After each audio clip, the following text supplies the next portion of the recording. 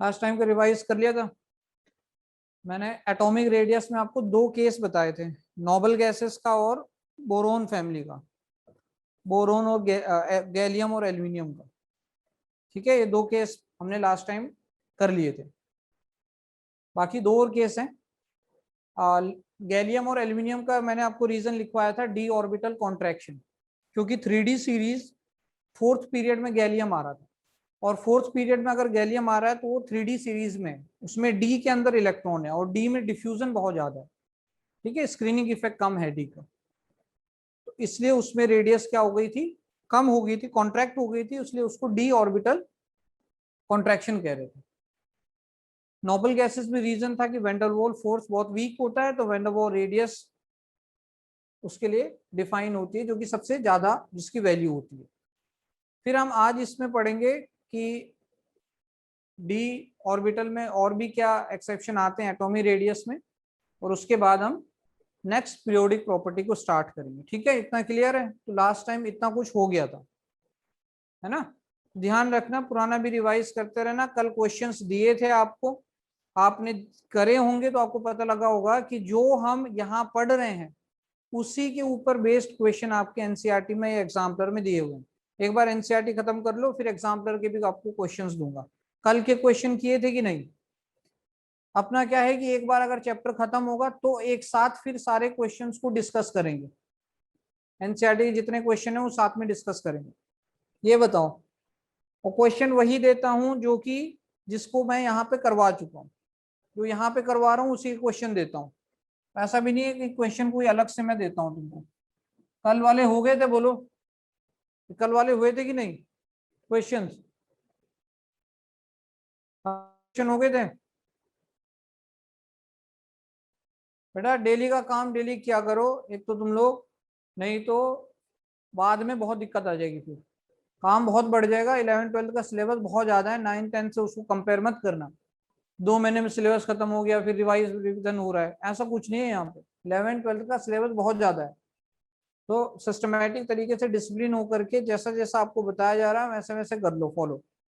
ठीक है, डेली के डेली क्वेश्चन सॉल्व किया करो। 10-10 क्वेश्चन देता हूँ मैं जब भी मेरा लेक्चर लगता है। ठीक है, उसको बनाया करो। थर्ड पॉइंट ये है, एटॉमिक रेडियस में पहले बता दूं एक्सेप्शन पढ़ रहे थे, पहले वंडरवॉल वाला पढ़ा था हमने, दूसरा हमने पढ़ा था डी ऑर्बिटल कॉन्ट्रैक्शन। थर्ड यहाँ पे हम पढ़ रहे हैं radius of 3D series elements. Radius of 3D series elements.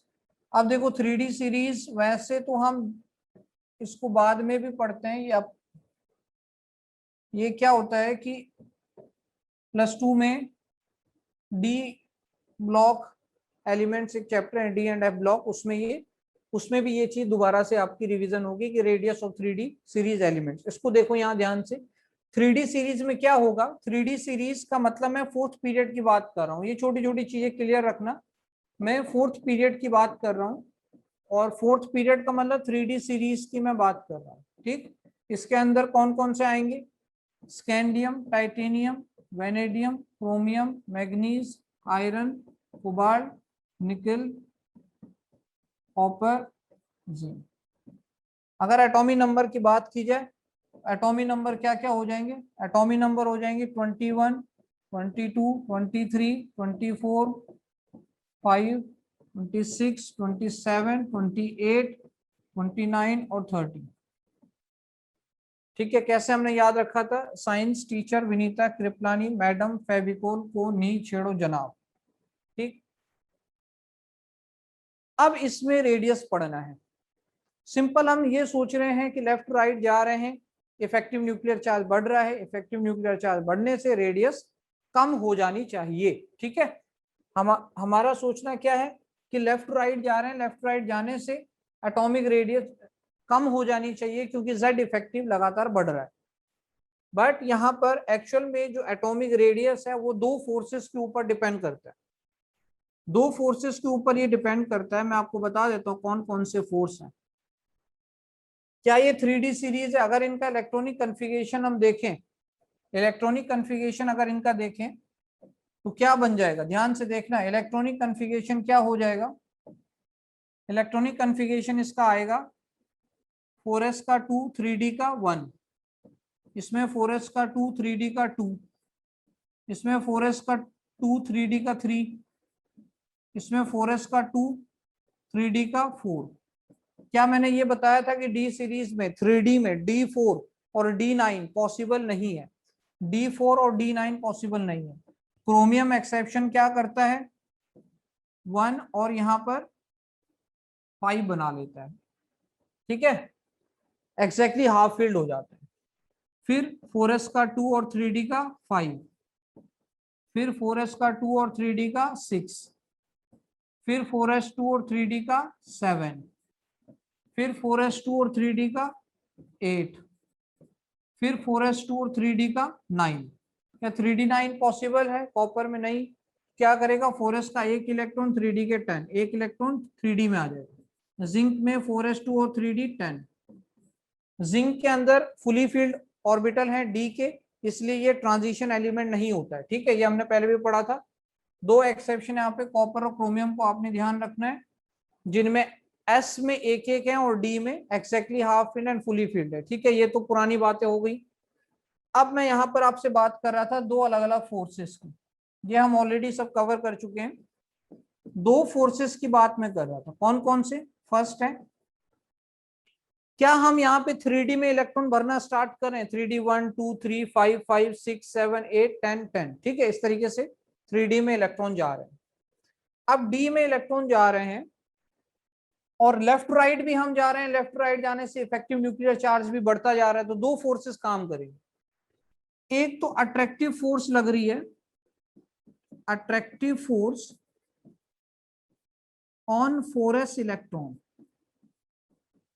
जो 4s के इलेक्ट्रॉन्स हैं उन पर एक अट्रैक्टिव फोर्स लग रही है, किसकी वजह से लग रही होगी, Z इफेक्टिव की वजह से, क्योंकि इफेक्टिव न्यूक्लियर चार्ज इधर जाते हुए बढ़ता जा रहा है, तो वो अट्रैक्टिव फोर्स उसके ऊपर लगती जा रही है। सेकंड, एक रिपल्सिव फोर्स लग रही है, रिपल्सिव फोर्स लग रही है किसकी वजह से, ऑन 4s इलेक्ट्रॉन्स पर, किसकी वजह से लग रही है, ये रिपल्सिव फोर्स किसकी वजह से लगेगी, जैसे जैसे आप 3D में इलेक्ट्रॉन को भरते जाओगे, 3D के इलेक्ट्रॉन जो इनर के इलेक्ट्रॉन है, इनर इलेक्ट्रॉन्स आउटर इलेक्ट्रॉन्स पे रिपल्शन लगाएंगे और उसकी रेडियस को बढ़ाने का काम करेंगे। तो repulsive forces on 4s electron किसकी वजह से, due to 3D electrons, 3D electrons की वजह से 4s के इलेक्ट्रॉन्स पर रिपल्सिव फोर्स लग रहा है, ठीक है, जैसे जैसे 3D में इलेक्ट्रॉन भरते जा रहे हैं रिपल्सिव फोर्स लगता जा रहा है। और अट्रैक्टिव फोर्स किस पे लग रहा है, 4s इलेक्ट्रॉन पे क्यों लग रहा है, Z इफेक्टिव उसमें लेफ्ट राइट इंक्रीज करता जा रहा है। तो अब इन दोनों फैक्टर्स के बेस पर हम यहाँ पे रेडियस को डिफाइन करेंगे। एक्चुअल में क्या हो रहा है कि जैसे जैसे हम इस साइड जा रहे हैं, जैसे मैं आपको बताऊं, इसको अगर हम फिलहाल यहाँ पे हटा दें, ठीक है, और हम देखें कि जैसे जैसे हम इस साइड जा रहे हैं तो इसमें एग्जैक्टली जिनकी सेम आ जाती है रेडियस, वो मैं आपको बता देता हूं एक बार। इन तीनों की रेडियस क्या है, सेम है, इनकी रेडियस सेम आ रही है तीनों की। इन तीनों की रेडियस क्या हो रही है, इधर रेडियस डिक्रीज कर रही है, सेम रह रही है, और फिर इंक्रीज कर रही है, फिर रेडियस इंक्रीज कर रही है, ठीक है। ये ट्रेंड हमने देखा कि पहले रेडियस डिक्रीज कर रही है, फिर 3 के लिए सेम आती है और फिर रेडियस इंक्रीज करती है। अब मुझे बताओ कि यहां पर जो फोर्स है वो कौन सा फोर्स डोमिनेंट होगा, मुझे आप एक बात बताओ, इन तीनों के लिए, ये जो पहले डिक्रीज कर रहे हैं, इन तीनों के लिए कौन सा फोर्स डोमिनेंट होगा, अट्रैक्टिव फोर्स या रिपल्सिव फोर्स, इन तीनों के लिए कौन सा फोर्स डोमिनेट होगा, ये बताओ। जो पहले 3 का रेडियस कम हो रहा है उसके लिए कौन सा फोर्स डोमिनेट है? अट्रैक्टिव फोर्स यहाँ पर डोमिनेट है। तो यहाँ पर जो अट्रैक्टिव फोर्स है भाई वो डोमिनेंट फोर्स है। अट्रैक्टिव फोर्स बहुत ज्यादा है किसके कंपैरिजन में? रिपल्सिव फोर्स के कंपैरिजन में। क्यों अट्रैक्टिव फोर्स क्यों ज्यादा है?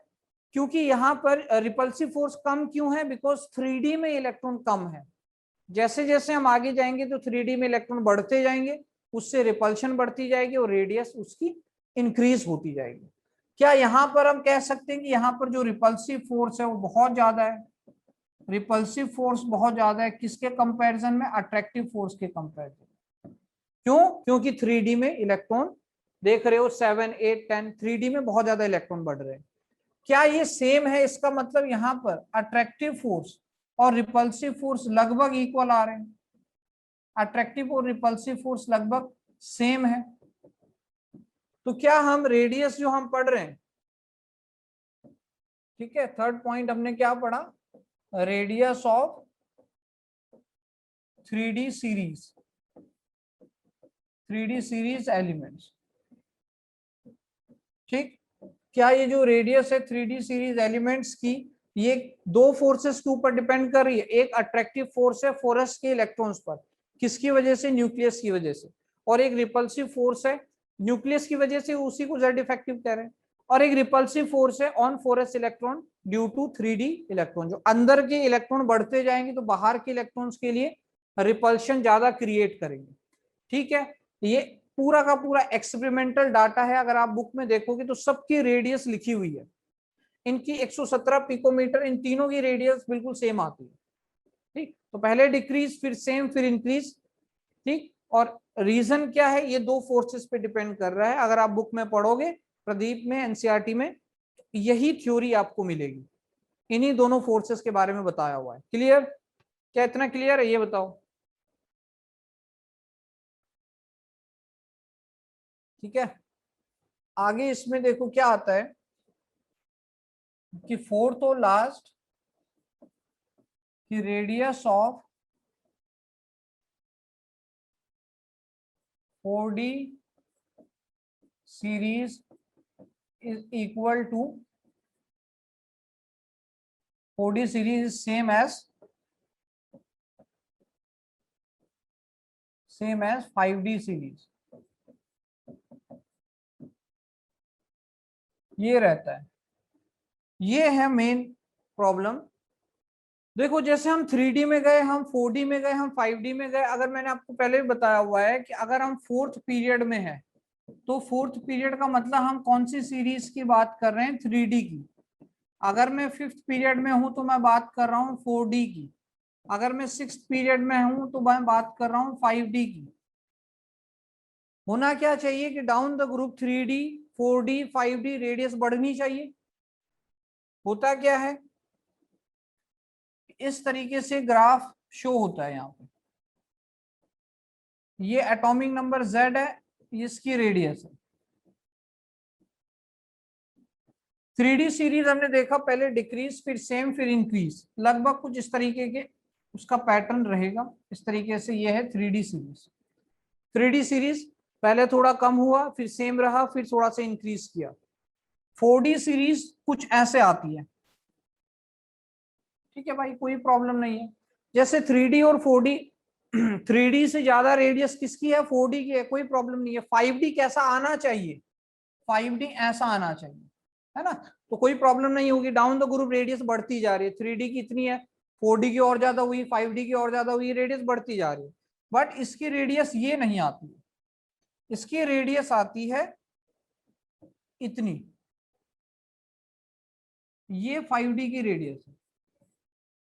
अब प्रॉब्लम ये है कि जो 4D और 5D की रेडियस है वो सेम है। और यही एक्सेप्शन है कि ये सेम क्यों है, ये रेडियस सेम क्यों आ रही है, कि 4D और 5D की रेडियस सेम आ रही है, क्यों आ रही है? इसका क्या रीजन हो सकता है? ठीक है, इसको अपने को पढ़ना है कि इसका क्या रीजन हो सकता है। देखो इसमें ध्यान देना, fourth period, fifth period, sixth period, क्या सिक्स्थ पीरियड में लेंथेनॉइड आना स्टार्ट हो जाते हैं? लेंथेनॉइड आना स्टार्ट हो जाएगा। क्या 6th पीरियड में लेंथेनॉइड आना स्टार्ट हो जाएगा, और 7th पीरियड का मतलब 6D सीरीज, क्या इसमें एक्टिनोइड आएंगे। जैसे 4th पीरियड में 3D सीरीज आती है, वैसे ही 6th पीरियड में लेंथेनॉइड आ जाते हैं। लेंथेनॉइड का मतलब यहाँ पर 4F भी आना स्टार्ट हो जाएगा। ठीक है, 4F यानी जो लेंथेनॉइड होते हैं वो कहाँ आते हैं, 6th पीरियड में। जैसे हमने इलेक्ट्रॉनिक कन्फिगरेशन पढ़ा था ना, n-2f, n अगर 6 है तो n-2 मतलब 4, तो 4F कहाँ आ जाएगा, 6th पीरियड में 4F आ जाएगा।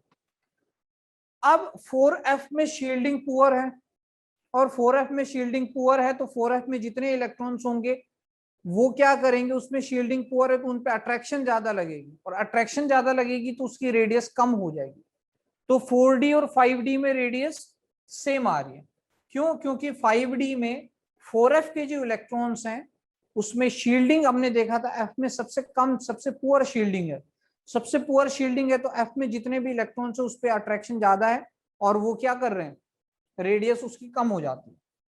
इसको अगर हम देखें, इसको मैं कैसे समझा सकता हूं, जैसे स्कैंडियम, यट्रियम, लैंथेनम, फिर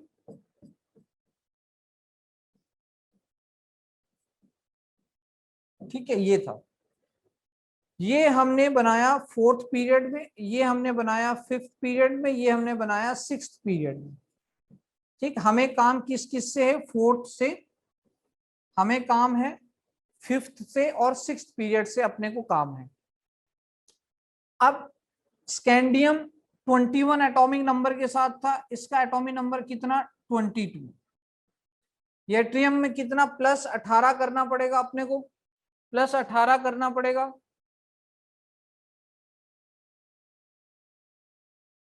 ठीक है,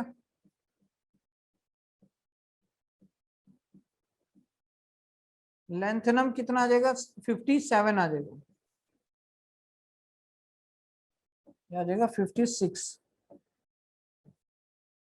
और ये आ जाएगा आपका, इसमें 18 करना पड़ेगा, और फिर इसमें 18 करना पड़ेगा, 57 ऐसे बनेगा।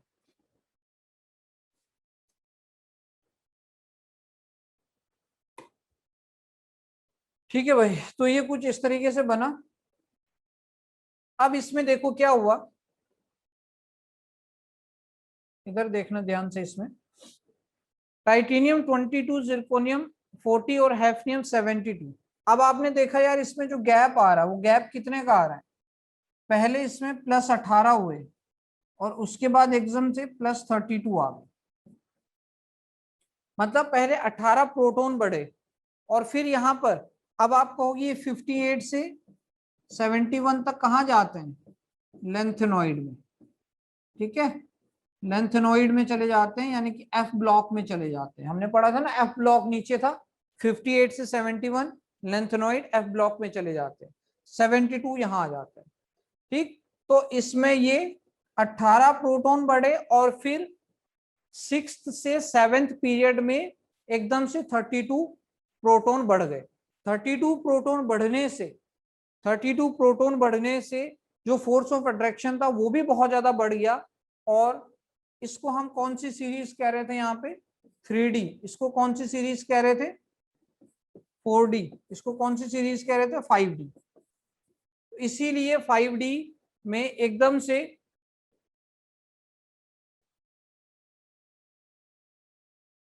ठीक है, इसीलिए 5D में एकदम से 32 इलेक्ट्रॉन बढ़ने से उसका क्या हो गया, रेडियस कम हो गया। तो एक तो रीजन ये है कि इसमें फर्स्ट रीजन ये आ जाएगा कि इसके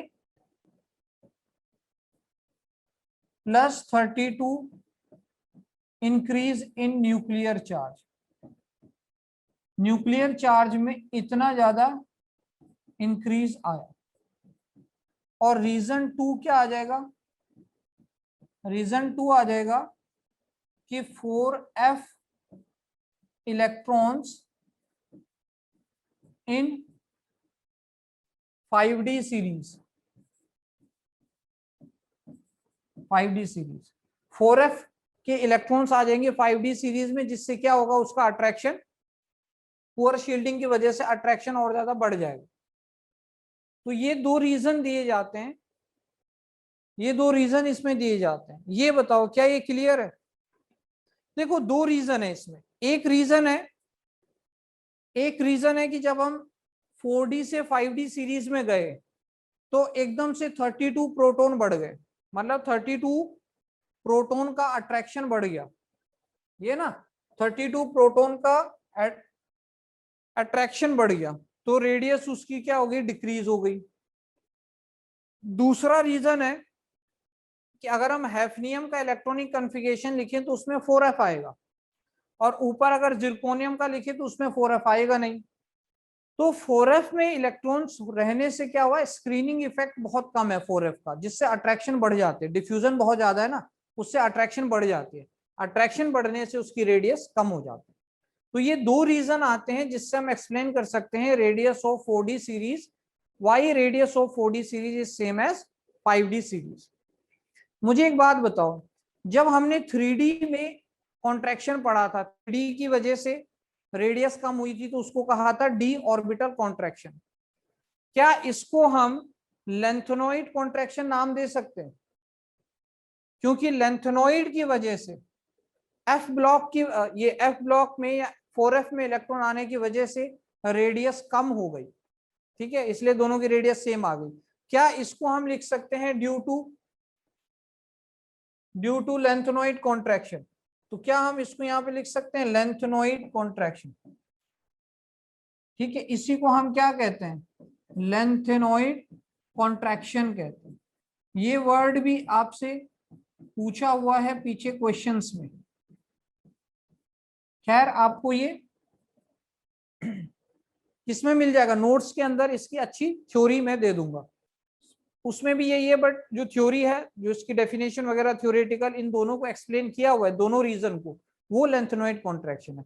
तो लेंथेनॉइड कॉन्ट्रैक्शन का आप चाहे ये वाला रीजन लिखो या ये वाला रीजन लिखो, दोनों सेम ही है, दोनों को हम कहते हैं लेंथेनॉइड कॉन्ट्रैक्शन। क्यों? क्योंकि लेंथेनॉइड में आने की वजह से, यानी कि 6th पीरियड में आने की वजह से उसकी रेडियस क्या हो गई, कम हो गई, ठीक है। आप देख रहे हो कि दोनों की रेडियस सेम जा रही है, चाहे +32 प्रोटॉन बढ़ने का रीजन बताओ या फिर 4f इलेक्ट्रॉन का रीजन बताओ, दोनों को कहते हैं लेंथेनॉइड कॉन्ट्रैक्शन। दो इंपॉर्टेंट वर्ड हमने पढ़े, एक डी ऑर्बिटल कॉन्ट्रैक्शन और एक लेंथेनॉइड कॉन्ट्रैक्शन, दोनों ही बहुत इंपॉर्टेंट है और आगे भी ये काम आएंगे आपके, ठीक है। क्या ये क्लियर है, डी ऑर्बिटल कॉन्ट्रैक्शन?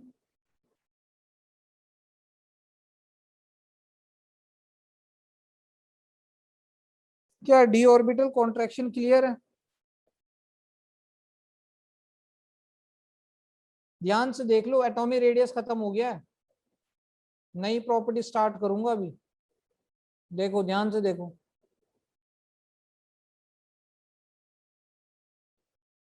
ठीक है, डी ऑर्बिटल कॉन्ट्रैक्शन हम किसको कह रहे हैं,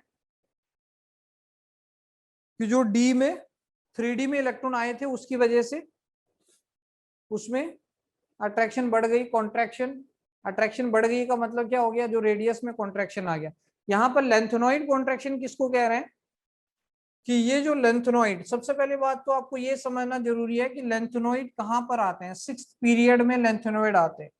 क्या 6th पीरियड को हम 5d सीरीज कह रहे थे, यहाँ पे मैंने क्लियर लिखा हुआ है 6th period means 5d series, और 5d सीरीज या 6th पीरियड में लेंथेनॉइड जब आया तो लेंथेनॉइड में क्या हो गया, +32 प्रोटॉन का गैप आ गया, +32 प्रोटॉन से बढ़ गया, +32 प्रोटॉन बढ़ने से न्यूक्लियर चार्ज में बहुत ज्यादा इंक्रीज आ गया और रेडियस उसकी कम हो गई, 32 प्रोटॉन ने खींच लिए सारे इलेक्ट्रॉन। दूसरा रीजन कि जब हम 5d सीरीज में जाते हैं तो 4f में एंटर कर जाते हैं, ठीक है, और 4f में एंटर करने से जो f होता है उसमें डिफ्यूजन बहुत ज्यादा होता है, जिससे अट्रैक्शन उसका बढ़ जाता है और रेडियस कम हो जाती है। दोनों रीजन को हम कह सकते हैं लेंथेनॉइड कॉन्ट्रैक्शन। क्या ये दोनों स्लाइड क्लियर है? Radius of 3d series elements and radius of 4d same as 5d series, दोनों की प्रॉपर एक्सप्लेनेशन आपको डिटेल में अगर पढ़ना है तो नोट्स आपको मिल जाएंगे। ठीक है, वो शायद मैंने कंप्लीट ही दे दिया। खैर इनकी जरूरत आगे भी होगी तो मैं रिवाइज बार बार करवाता रहूंगा जिससे आपको याद हो जाए। तो ये एटॉमिक रेडियस के बारे में था। एटॉमिक रेडियस में हमने क्या क्या पढ़ा कि डिफरेंट टाइप की एटॉमिक रेडियस पढ़ी, covalent, van der Waal, metallic, ionic. उसके बाद हमने ट्रेंड देखे, बेसिकली क्या ट्रेंड है, लेफ्ट राइट डिक्रीज कर रही है, टॉप टू बॉटम इंक्रीज कर रही है। उसके फैक्टर पढ़े, जेड इफेक्टिव और नंबर ऑफ शेल्स, दो फैक्टर थे। फिर हमने एक्सेप्शन केस देखे 4। ठीक, इस तरीके से आप जितने भी क्वेश्चन पीछे देखोगे सब इसी से रिलेटेड है। दूसरा, ध्यान से इसको देखना, ये बिल्कुल नया है, बिल्कुल नई प्रॉपर्टी है, आयोनाइजेशन एनर्जी या आयोनाइजेशन एंथैल्पी इसको कहते हैं। जो पुराने बच्चे हैं उनको ये नाम थोड़ा सुना सुना लग रहा होगा।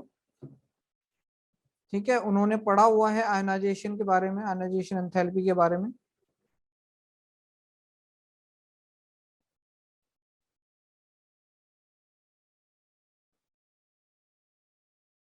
ठीक है, जितने भी पुराने बच्चे हैं उन्होंने पढ़ा होगा। प्रदीप में सब कुछ मिल जाएगा, बिल्कुल प्रदीप में सब कुछ मिलेगा, बट उसमें आपको पढ़ना पड़ेगा। और यहाँ पर क्या है, यहाँ पर वही चीज मैं आपको समझा देता हूँ, अगर ना समझ में आए तो आप वहां से उसको डिटेल में पढ़ लो, बट इससे ज्यादा आपको वहां भी नहीं मिलेगा। ठीक है, आयनाइजेशन एंथैल्पी अगर हम बात करें तो आयनाइजेशन एंथैल्पी या आयनाइजेशन एनर्जी क्या होती है, सेकंड प्रॉपर्टी है, सेकंड पीरियोडिक प्रॉपर्टी है। आयोनाइजेशन वर्ड से कुछ ना कुछ अपने को ये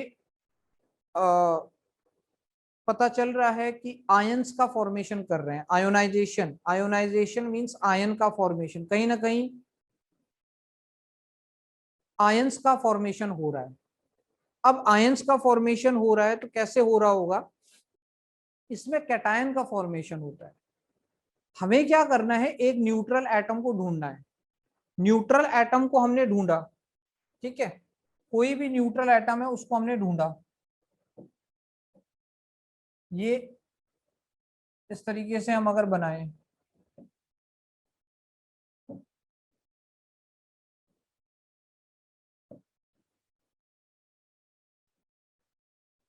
ठीक है भाई, इस तरीके से हमने बनाया।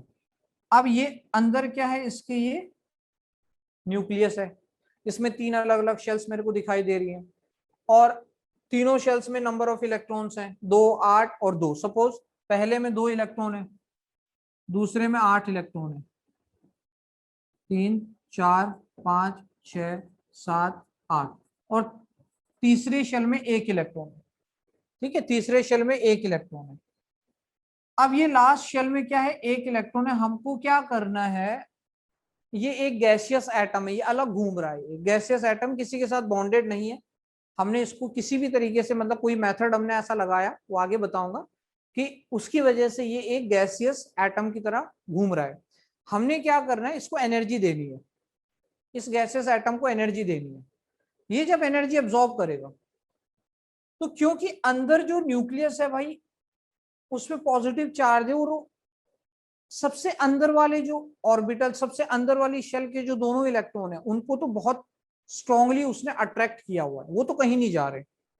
सेकेंड शेल के भी जो 8 इलेक्ट्रॉन है उनपे भी अट्रैक्शन बहुत ज्यादा है, बट जो वैलेंस शेल है, जो लास्ट वाली शेल है, उस पर अट्रैक्शन बहुत कम है।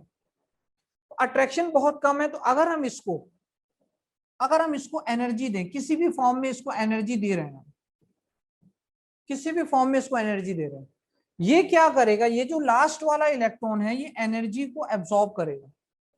ठीक, एनर्जी को एब्जॉर्ब करके बाहर निकल जाएगा, ठीक, एलिमिनेट हो गया, बाहर चला गया। अब फिलहाल ये जो एटम था ये किसका था, 281, मतलब ये क्या था, सोडियम था, सोडियम था ना ये 281। अब ये इलेक्ट्रॉन गया बाहर, इलेक्ट्रॉन गया बाहर, तो उससे क्या हुआ, Na का बन गया पॉजिटिव चार्ज 28, कैटायन बन गया। तो एक न्यूट्रल एटम से हमने कैटायन बनाया, किस तरीके से, उसको थोड़ी सी एनर्जी दी, और जो उसका सबसे लास्ट का इलेक्ट्रॉन था वो बाहर चला गया। वो जो एनर्जी थी जो हमने इसको दी, this energy is known as IE, ionisation energy या आयोनाइजेशन एंथैल्पी, इसी को कहा जाता है कि ये जो एनर्जी है जो हमने इसको दी है जिससे इसका लास्ट वाला इलेक्ट्रॉन निकल के बाहर चला गया। तो क्या हम इसको डिफाइन कर सकते हैं कि आयोनाइजेशन एनर्जी क्या होती है? It is the energy required, it is the energy required to release, it is the energy required to release or eliminate, ठीक है, it is the energy required to release or eliminate the outermost electron in a neutral gaseous atom, ठीक है, neutral gaseous atom to form cation, उससे हम क्या बना रहे हैं? कैटायन बना रहे हैं। तो ये क्या है? एक एनर्जी रिक्वायर्ड है, एनर्जी रिक्वायर्ड है। पहली बात, एनर्जी की इसमें जरूरत पड़ रही है, एनर्जी रिक्वायर्ड है, energy required, energy required to release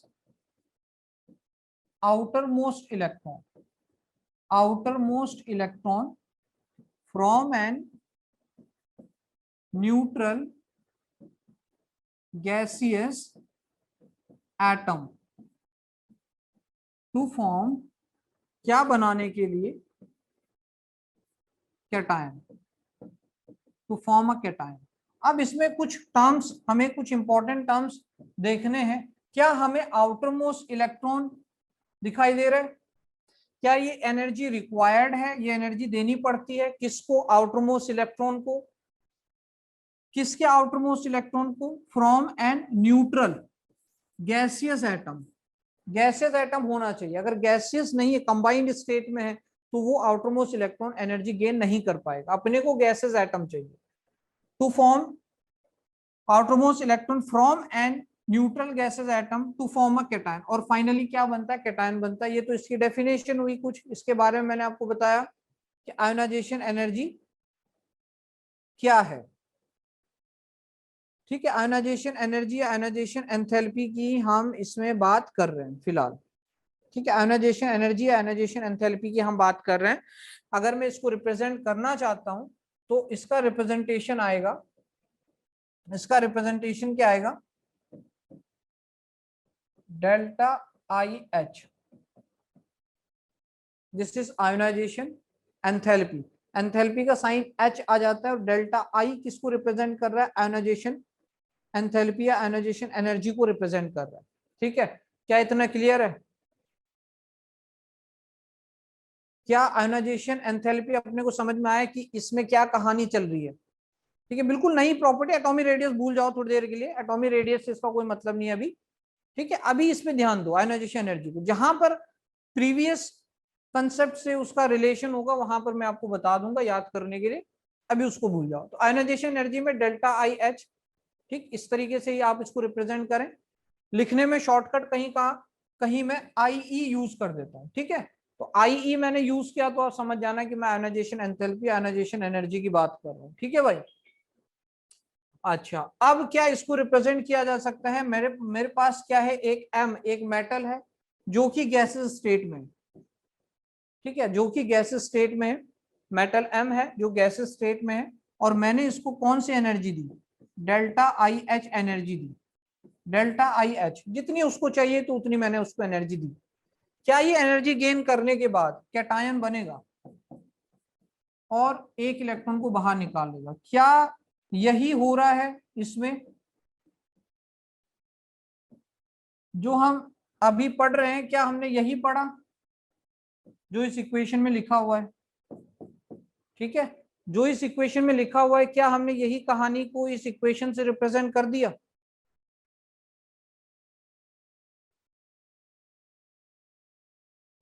क्या जो कहानी हमने यहाँ पढ़ी, हमने क्या उसको इस इक्वेशन से रिप्रेजेंट कर दिया? इस इक्वेशन से आप इसको समझ सकते हो?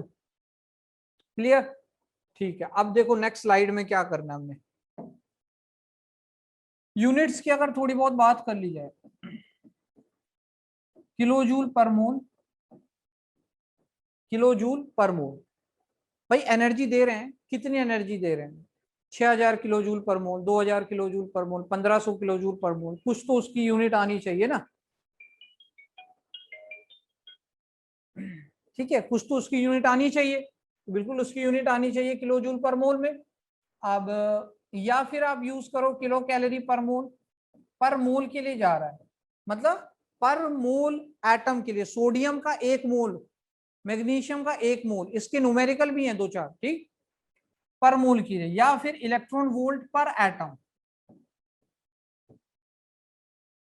ठीक, जैसे हम यूज करते हैं आयोनाइजेशन एनर्जी और आयोनाइजेशन एंथैल्पी का, वैसे ही एक टर्म होता है आयोनाइजेशन पोटेंशियल।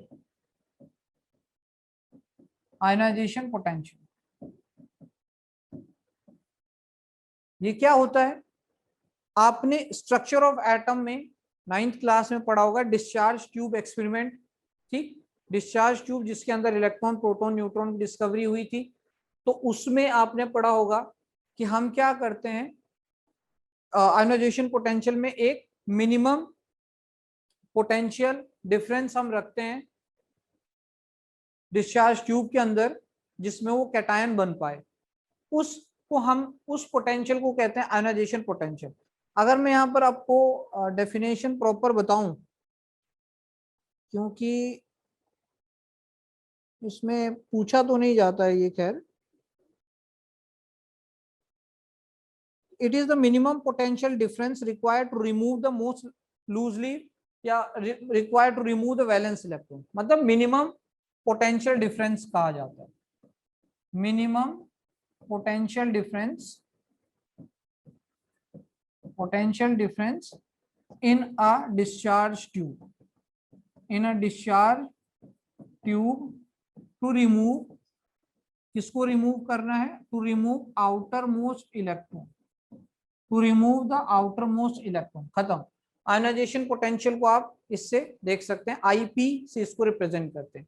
तो यूनिट्स की तरफ आते हैं, किलो जूल पर मोल, किलो कैलोरी पर मोल, इलेक्ट्रॉन वोल्ट पर एटम। फिलहाल क्या करना है, इसको अगर न्यूमेरिकल आता है तो न्यूमेरिकल आने के, न्यूमेरिकल में ये जरूरी नहीं है कि आपको इसी यूनिट में दिया जाए, आपको किसी भी यूनिट में वो दिया जा सकता है। अपने को बस ये नोट करना है, यहाँ पे मैं आपको लिखवा देता हूँ,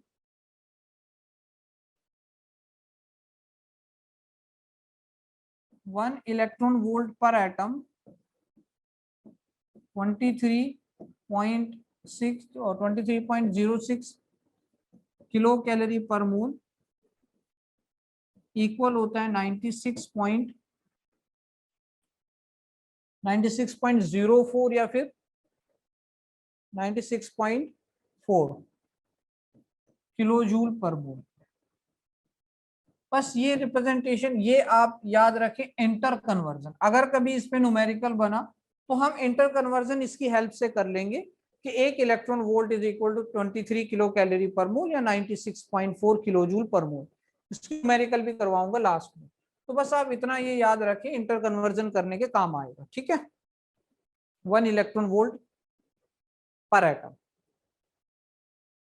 ठीक है भाई। अब हमने ये किया,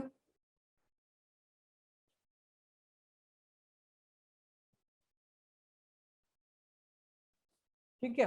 अब आप ये देखिए कि हमने एक इक्वेशन लिखी थी, हमने एक इक्वेशन लिखी थी कि m गैसियस में था कोई भी मेटल, हमने उसको क्या दिया, कुछ एनर्जी उसको दी, कुछ एनर्जी उसको दी, जिससे वो किस में बदल गया, m पॉजिटिव गैस में बदल गया और 1 इलेक्ट्रॉन उसने बाहर निकाल लिया, ठीक है।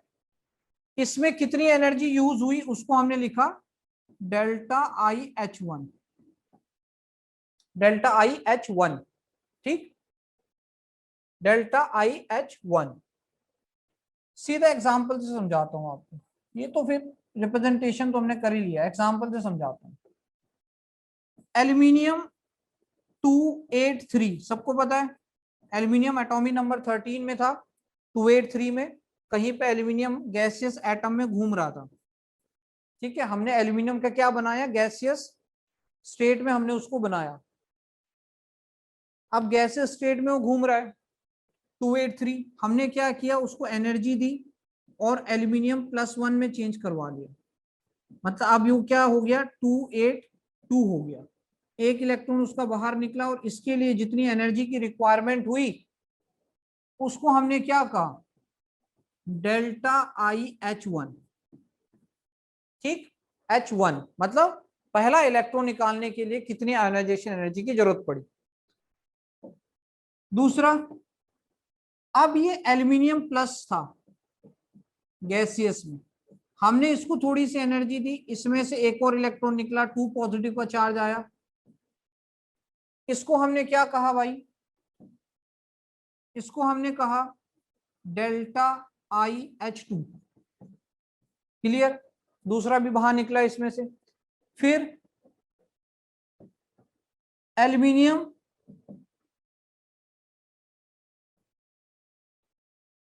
फिर क्या हुआ कि एल्यूमिनियम 2 पॉजिटिव था अपने पास गैसियस में, हमने एक और इलेक्ट्रॉन बाहर निकाल लिया, एल्यूमिनियम 3 पॉजिटिव बन गया, एक इलेक्ट्रॉन और बाहर गया, और इसको हमने कहा कि ये क्या है भाई, डेल्टा आई H3। डेल्टा आई H1 पहले इलेक्ट्रॉन को बाहर निकालने के लिए जो एनर्जी दी, डेल्टा आई H2 दूसरे इलेक्ट्रॉन को बाहर निकालने के लिए, H3 तीसरे इलेक्ट्रॉन को बाहर निकालने के लिए। ठीक है, अब आप मुझे ये बताइए कि इसमें जो ऑर्डर होगा कि कौन सी एनर्जी इसमें ज्यादा होगी, डेल्टा आई H1 ज्यादा होगी या डेल्टा आई H3 ज्यादा होगी। इसको हम कहते हैं सक्सीसिव आयोनाइजेशन एनर्जीज।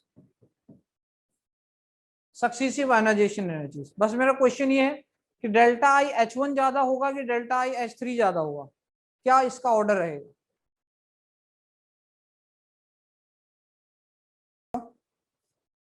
कौन सी एनर्जी ज्यादा होगी, खुद सोचो। एल्यूमिनियम के अंदर सिस्टम क्या है, 283 इलेक्ट्रॉनिक कॉन्फ़िगरेशन 283, आपने एक इलेक्ट्रॉन निकाला, ठीक, उसके लिए डेल्टा आई H1 लगा। अब एक इलेक्ट्रॉन निकल चुका है,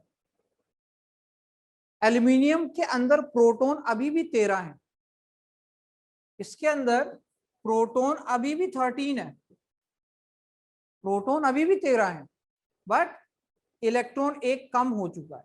मतलब अट्रैक्शन जो पहले 13 इलेक्ट्रॉन पे लग रहा था, अब वो 12 इलेक्ट्रॉन पे लगेगा, तो अट्रैक्शन बढ़ेगा कि नहीं, ये बताओ। क्या इसमें अट्रैक्शन बढ़ जाएगा, अट्रैक्शन बढ़ जाएगा तो क्या अब इलेक्ट्रॉन को निकालना और ज्यादा मुश्किल हो जाएगा, तो डेल्टा आई H2 की वैल्यू और ज्यादा बढ़ जाएगी।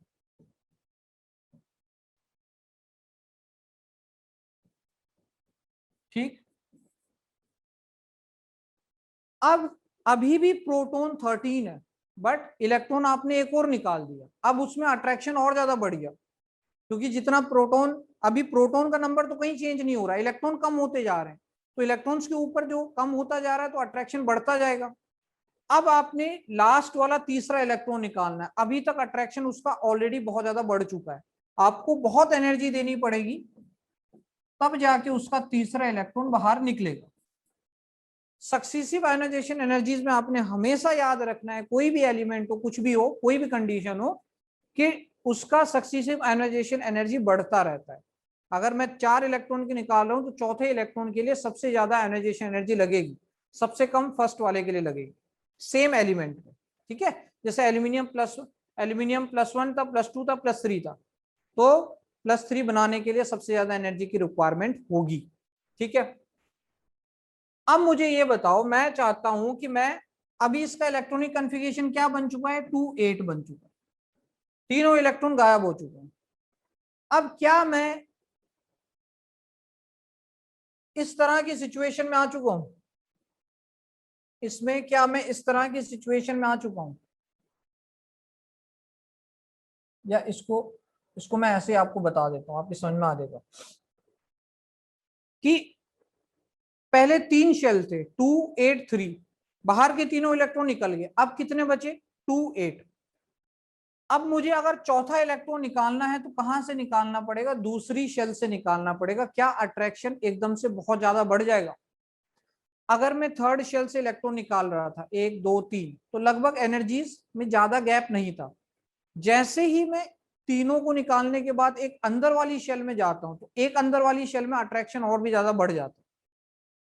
सही है, उसके बाद यहां से इलेक्ट्रॉन निकालना बहुत मुश्किल हो जाएगा। इसकी वैल्यूज मैं आपको बता देता हूं, याद नहीं रखनी है वैल्यूज कहीं भी, बट मैं समझाने के लिए आपको बता देता हूं कि एक्चुअल में कितना गैप आ रहा है, एल्यूमिनियम की वैल्यूज में कितना गैप आ रहा है वो भी मैं आपको बता देता हूं। ठीक है, एल्यूमिनियम की वैल्यूज में कितना गैप आ रहा है वो मैं आपको बता देता हूं ताकि आप थोड़ा सा इमेजिन यहाँ पे कर पाओ। ये 577 किलो जूल पर मोल था, किलो जूल पर मोल में जा रही है वैल्यूज। ये 577 था पहला वाला। ठीक है, पहला वाला ये किलो जूल पर मोल में है 577। दूसरा इलेक्ट्रॉन निकालने के लिए 1700 की एनर्जी देनी पड़ी, तीसरे के लिए 2700 की एनर्जी देनी पड़ी। लगभग बहुत ज्यादा कोई गैप नहीं है, 577 दूसरे में 1700 तीसरे में 2700। चौथे इलेक्ट्रॉन के लिए इमेजिन करो, अब आप एक अंदर वाली शेल से इलेक्ट्रॉन निकाल दो। अगर मैंने इसमें कहीं डेल्टा IH4 निकालने की कोशिश करी, मतलब इतनी एनर्जी देने की कोशिश करी कि उसका चौथा इलेक्ट्रॉन निकले, तो भाई उसके लिए मुझे एनर्जी देनी पड़ेगी 11,580 किलो जूल पर मोल। अब आप देख लो कितना ज्यादा गैप आ रहा है। वैल्यू याद नहीं रखनी, समझाने के लिए बता रहा हूं। पहला इलेक्ट्रॉन 577 में निकला, दूसरा इलेक्ट्रॉन 1700 में, तीसरा 2700 में, लगभग सिमिलर है गैप। चौथा इलेक्ट्रॉन जो निकलेगा अब वो सेकंड शेल से निकलेगा, अट्रैक्शन सेकंड शेल पे और भी ज्यादा है, एनर्जी 11,580 जो कि पॉसिबल नहीं है। ठीक है, उतने में आपका जो एटम है वो डिस्ट्रॉय हो जाएगा, तो ये वाला पॉसिबल नहीं होता है। इसलिए हम इसमें एल्यूमिनियम का मैक्सिमम कितना बना पाते हैं, 3 पॉजिटिव ही बना पाते हैं। क्या ये चीज क्लियर है? क्या सक्सेसिव आयनाइजेशन एनर्जीज क्लियर है? ठीक, सक्सेसिव आयनाइजेशन का रीजन लिख सकते हो कि जैसे जैसे इलेक्ट्रॉन रिमूव हुए, प्रोटॉन का नंबर सेम था, तो प्रोटॉन का जो अट्रैक्शन है वो बढ़ता जा रहा है। जब तीनों इलेक्ट्रॉन रिमूव हुए, हम सेकंड शेल में आए, तो सेकंड शेल में अट्रैक्शन और भी ज्यादा था थर्ड शेल के कंपैरिजन में, तो इसलिए सेकंड शेल से कोई भी इलेक्ट्रॉन नहीं निकलेगा। ठीक है भाई, उसका रीजन है, देखो एल्यूमिनियम में से अगर मैं 11,580 की एनर्जी देता हूं तो वो स्टेबल रहेगा नहीं, एल्यूमिनियम 4 पॉजिटिव स्टेबल नहीं रहेगा, एल्यूमिनियम 3 पॉजिटिव रहेगा। उसका आप प्रदीप में पढ़ोगे भी, तो एक रूल होता है 1450 किलो जूल पर मोल। इतनी एनर्जी का अगर गैप रहता है ना इनके बीच में, ठीक है, वो अलग से मैं आपको बताऊंगा वो कंसेप्ट। 2700 और 11,000, इसमें 1450 किलो जूल पर मोल एनर्जी का गैप इससे ज्यादा है, 1400 से ज्यादा गैप आ रहा है, तो इसलिए एल्यूमिनियम का 3 पॉजिटिव लोअर ऑक्सीडेशन स्टेट ही स्टेबल है, हायर वाली स्टेबल नहीं होगी। एल्यूमिनियम 4 पॉजिटिव कभी नहीं बनेगा, बनेगा भी तो स्टेबल नहीं रहेगा। ठीक है भाई, अब ये कैसे कैलकुलेट किए, ये सब एक्सपेरिमेंटल डाटा है, ये आपको किसी भी एटम किसी भी एलिमेंट का याद नहीं रखना। ठीक है, सिर्फ याद ये रखना है delta H1 H2 H3, values याद नहीं रखनी, ये वाली वैल्यूज आपको याद नहीं रखनी है, ये सिर्फ मैं समझाने के लिए बता रहा हूँ। ठीक है, क्या ये क्लियर है? क्या ये क्लियर है? आयोनाइजेशन एनर्जी में इतनी चीजें, क्या आयोनाइजेशन एनर्जी में इतनी चीज क्लियर है? देखो हमने क्या किया, अब आप मुझे बताओ,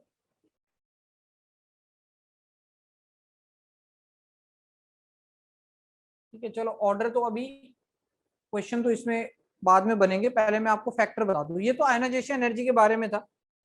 ठीक है, कहाँ से स्टार्ट हुआ, ये था, ये आयोनाइजेशन एनर्जी के बारे में हमने कुछ पढ़ा, इसमें फिर यूनिट वगैरह की बात करी, सक्सेसिव आयोनाइजेशन एनर्जीज की बात करी। अभी हम तीसरा इसमें फैक्टर पढ़ेंगे। फैक्टर पढ़ने के बाद सारे फैक्टर को एक साथ लगाएंगे, फिर हम ट्रेंड पढ़ेंगे, और उसमें फिर अलग अलग क्वेश्चंस बनेंगे कि किसकी आयोनाइजेशन एनर्जी ज्यादा है, फर्स्ट वाली ज्यादा है कि सेकंड वाली ज्यादा है। इस टाइप से डिफरेंट डिफरेंट इंटरेस्टिंग उसमें क्वेश्चन बन जाते हैं। कुछ नहीं करना, ध्यान से फैक्टर पढ़ने हैं, ध्यान से फैक्टर सुन लो, समझ में आ जाएगा। Factor affecting ionisation energy, simple से फैक्टर है, एक बार मैं पूरा आपको इसमें समझा दूं, फिर क्वेश्चंस उठेंगे यहाँ से। Factors affecting ionisation energy. मेरी बात ध्यान रखना, यहाँ पर कोई भी एक्सेप्शनल केस नहीं है। एक्सेप्शनल केस क्यों नहीं है? क्योंकि जो भी ट्रेंड बनेगा वो एक तो कॉमनली जो ट्रेंड बन रहा है वो जेड इफेक्टिव पे बनता है, बट हम ढेर सारे फैक्टर इसमें पढ़ेंगे, तो इन सारे फैक्टर्स को मिला करके क्या रिजल्ट बन रहा है उसके बेस पर हम बात करेंगे। हम ऐसा नहीं है कि हम अगर 5 फैक्टर पढ़ रहे हैं तो एक ही फैक्टर को लेके चलें कि अगर इस फैक्टर के अकॉर्डिंग बढ़ रहा है तो सबका बढ़ेगा, ऐसा नहीं है। उस एलिमेंट पे वो पांचों फैक्टर लगा के देखने पड़ेंगे, ठीक। उसके बाद वो क्या बिहेवियर शो कर रहा है वो अपने को उसमें ट्रेंड में पता लगेगा। तो उसमें डिफरेंट डिफरेंट, अगर आप कहोगे कि ये भी एक्सेप्शन यहाँ पे बन रहा है, ये भी बन रहा है, तो ऐसा नहीं है। पांचों फैक्टर ध्यान से पढ़ो और फिर लगाओ, फिर सब इसमें आसान हो जाएगा। कहाँ कहाँ पे क्या क्वेश्चन बनते हो सब बताऊंगा। फैक्टर देखो, पहला फर्स्ट फैक्टर इसमें देखना। अब आप खुद ही मुझे बता दोगे। पहला फैक्टर है nuclear charge. Nuclear charge, nuclear charge, ये बताओ न्यूक्लियर चार्ज के डायरेक्टली प्रोपोर्शनल आएगा कि इनवर्सली प्रोपोर्शनल आएगा?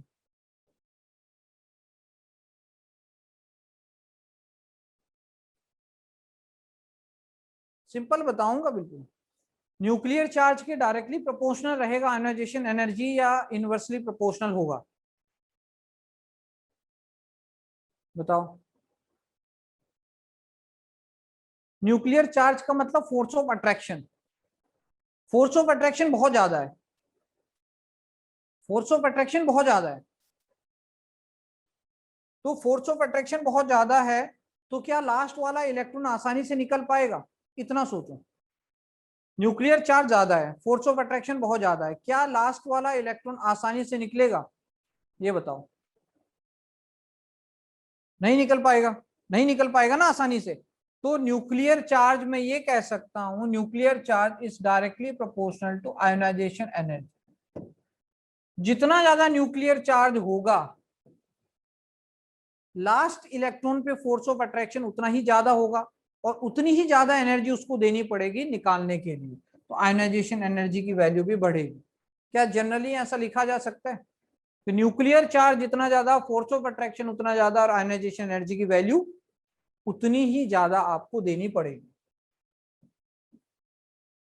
प्रदीप खोलोगे उसमें इसका रीजन मिलेगा, सेम लैंग्वेज लिखी हुई है कि nuclear charge means force of attraction, when force of attraction increases, तो जो आउटर मोस्ट इलेक्ट्रॉन होगा उस पर अट्रैक्शन बहुत ज्यादा बढ़ जाएगी और वो आसानी से रिमूव नहीं होगा, ठीक। दूसरा, क्या एटॉमिक साइज और रेडियस इसका ट्रेंड आप जनरली प्रिडिक्ट कर सकते हो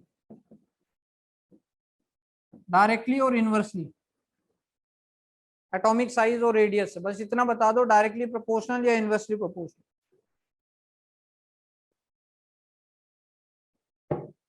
बेटा इतना बता दो, डायरेक्टली प्रोपोर्शनल आएगा कि इनवर्सली प्रोपोर्शनल आएगा एटॉमिक साइज से?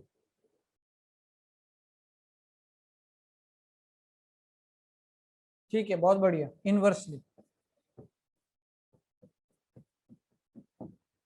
एटॉमिक साइज बहुत बड़ा है, force of attraction last electron पे बहुत कम है, ठीक। Force of attraction last electron पे बहुत कम है, आयोनाइजेशन एनर्जी उसके लिए बहुत कम लगेगी।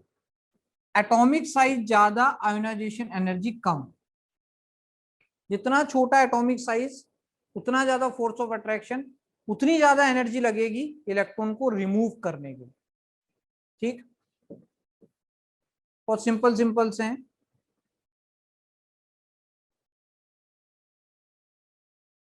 टाइम भी हो गया, खैर इसको अब हम नेक्स्ट क्लास में उसको डिस्कस करेंगे, फैक्टर अफेक्टिंग आयोनाइजेशन एनर्जीज, और बाकी ये सारी चीजें आपको बताऊंगा किस तरीके से बढ़ रही हैं, कम हो रही हैं। सब ध्यान से इनके फैक्टर्स को देखते जाना। तो आज वाला कुछ कंसेप्ट बना कि नहीं बना?